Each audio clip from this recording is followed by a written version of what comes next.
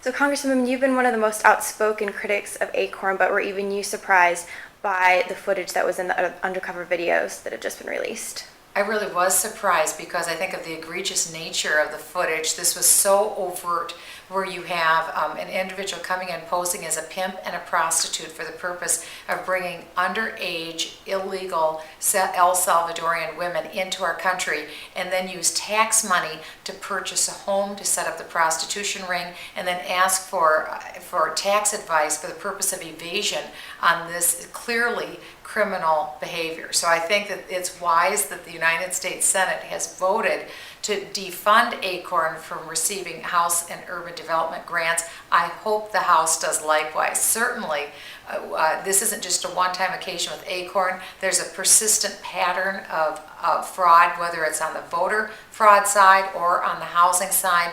Clearly, this is an organization that needs to be investigated, and I have called for the IRS to do a thorough examination.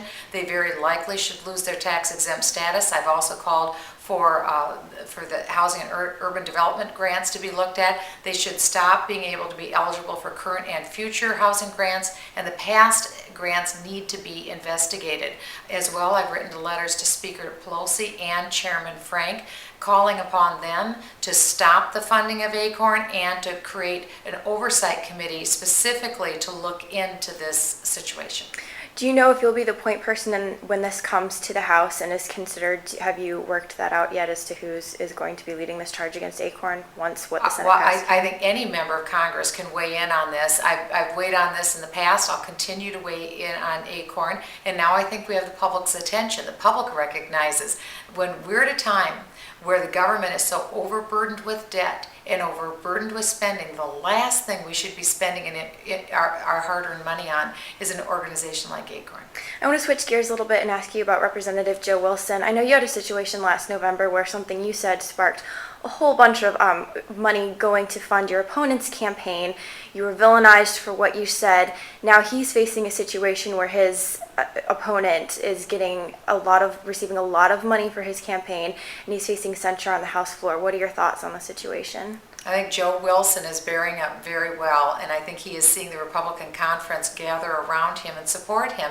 He made the appropriate step, which is to issue an apology to the president. The president accepted that apology. The president is the only individual with a claim on that apology. The situation is now clearly over. Unfortunately, it appears that Nancy Pelosi, the Speaker of the House, and the Democrats want to rub Joe's nose in this, so to speak. I think this will only serve to hurt the Democrats and make them potentially look childish in this behavior, and I think it will only embolden conservatives to continue to move forward on true health care reform. That's what this issue is about.